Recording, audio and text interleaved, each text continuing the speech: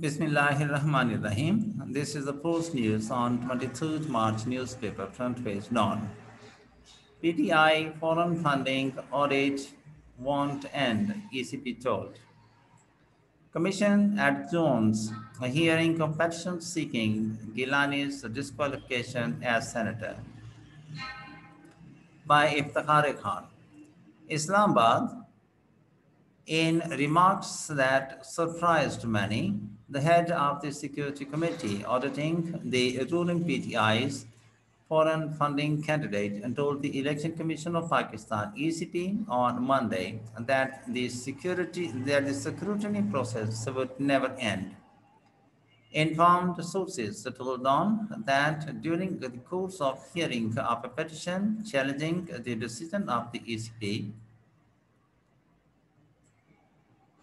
Scrutiny Committee to keep Pakistan Tehreek-e-Insaf's financial documents secret when ECP member from Khyber Pakhtunkhwa retired Justice Irshad Kassar inquired from the ECP Director General Law, who heads the scrutiny panel, how long the scrutiny process will continue. The letter said forever. When asked to submit a reply to the petitioner's application, the DG Law said he had already passed an order and that there was no need to submit a reply. Yes, now I recall we had ordered the committee on August 27, 2020 to finalize its report in 6 weeks.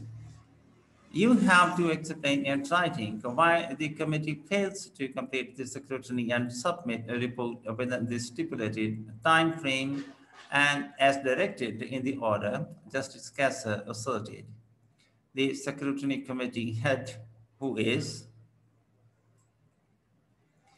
due to retire over the next few months, agreed to submit a written reply. He blamed both parties for the delay in scrutiny. Akbar S. Baba, the petitioner and founding member of the PTI, wondered why it had taken 3 years for a committee to scrutinize the PTI's account without any tangible progress.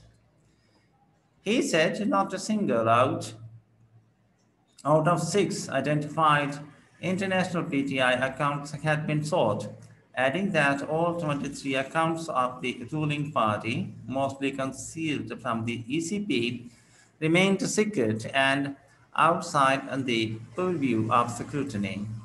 He said no auditor of any credibility would accept an audit where all bank statements were kept secret. When the petitioner's counsel pointed out that the panel was supposed to scrutinize the PTI accounts of 5 years, 2009 to 2013, and that the party had refused to provide documents for the financial year 2012 to 2013, the DG Law said that if they refuse to submit documents for that year, what can I do? The PTI's lawyer claimed that they also received the notice the same day and needed more time to respond to the complaint. Petitioner's lawyer Syed Ahmad Hussain Shah read out experts of the committee's order sheets, whereby it reasoned that accounts were not shared as the PTI objected to it. He asked as to what law or rule allowed the accused to dictate terms of review, adding that access to all PTI record was a legal right of the petitioner, including under the Right to Information Act. He said the committee had neither the will nor the resolve to conduct a fair and transparent scrutiny. It also wants the petitioner to rubber stamp a fake scrutiny process. Counsel shall suggested that if all the documents were shared with the petitioner, including all PTI bank statements requisitioned by the State Bank of Pakistan, they would scrutinize the entire record and submit their findings to the committee in a few days. It would then be up to the committee to review them and submit its findings to the ECP for further action. The proceedings were adjourned until March 30. Later, talking to reports, Akbar S. Babar said all PTI accounts must be part of scrutiny without any exception. He said the people of Pakistan had the right to know if the PTI leadership, including in financial corruption and illegal funding. He said his goal remained the same since the day he had filed the case to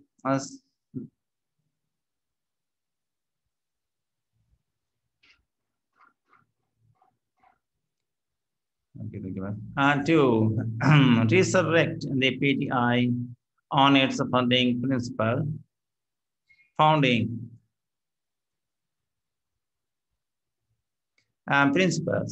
He said Prime Minister Imran Khan chose a path that had to prove to be destructive for the party and the country.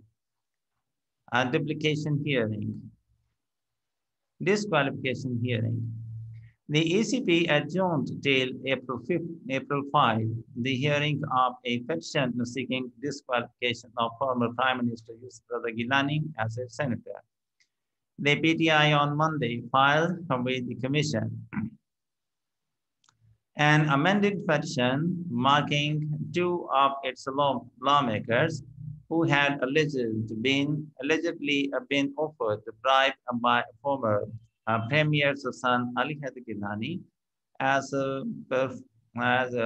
pro forma respondents, a necessary party against whom no relief has been sought. PTI's Malika Bukhari, while appearing before a bench of the ECP, said MNAs Fahim Khan and Jamil Ahmad, the seen in the video, were witnesses in their view, but had been made a party on the Commission's directive. The counsel for Senator Gilani and his son Ali had a short time for submitting written arguments. Talking to reporters outside the ECP, PTI leader Farah Habib said, a video of Ali Haider Gilani was clear evidence of corrupt practices used for the election of Yusuf Raza Gilani on the Senate seat. This evidence cannot be overlooked, he said, and appealed to the ECP to disqualify Mr. Gilani in the light of the constitutional provisions. Speaking on the occasion, a PTI lawmaker, Malika Bukhari, said her party would continue its struggle for sanctity of vote. She alleged that the ECP had failed to perform its constitutional duty of holding free, fair, and honest elections. It is unfortunate that a constitutional body is not fulfilling its responsibilities. Mr. Gilani's counsel Ahmed Hassan, while talking to reporters, said the PTI was blaming the ECP for its own failure. The ECP also adjourned the hearing of a petition seeking disqualification of Faryal Talpur, a member of the Sindh Assembly and the sister of former President Asif Ali Zardari. The petition filed by PTI MPs Arsalan Taj and Arabia Azhar accused Ms. Thalpur of concealing her assets. And in the end, the formal request, if you have not yet, please subscribe our channel and press the like and bell button to get the fresh from us. Thank you for watching. Have a nice time. Goodbye.